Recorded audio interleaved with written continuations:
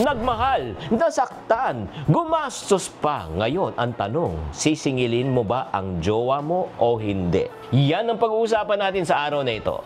Hi there, this is Chikitan, your pambansang world coach. Nako, ikaw ba ay may jowa at binigay mo na lahat, pati yung pera, pati yung feelings mo. Pero yun nga, sa ending, inautangan ka pa.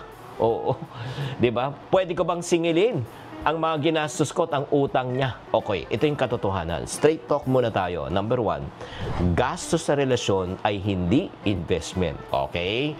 Ang pagbibigay ng regalo, lalo sa yung mga lalaki, dates, load, di ba, pang-grab, hindi yan pautang. Ginawa mo dahil mahal mo siya. Oo. Kaya kung siningin mo lahat ng effort na yan, hindi naman maganda ang datingan yan. Number 2, wala kang legal claim kung voluntary po ang lahat unless na may kontrata, talagang may nakasulat na uutangin, siyempre naman, meron kang habol. Number 3, ang dapat mong singilin, alam mo, sino? Sarili mo. Yeah.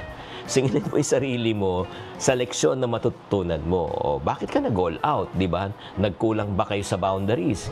Hindi sayang ang gastos kung meron kang natutunan. Kaya ang tanong, when is okay for you to ask for your money back? Number 1, kung talagang pinahiram mo at hindi mo binigay ng kusa. Pangalawa, may kasulatan kayo. Di ba? Pangatlo, may usapan na babayaran ka pabalik. Otherwise, ibaon mo na sa limot. Oo, hindi po yan utang, kundi ito po ay bigay. Kaya mga kapatid, hindi lang po puso ang dapat ingatan sa relationship, pati na ang wallet mo. Okay?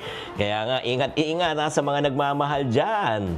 Kaya kung gusto mo pang maging emotionally strong and financially wise, nako, manood ka araw-araw dito. Tatandaan, tamang karunungan, tamang disiplina, ang susi sa pagyaman.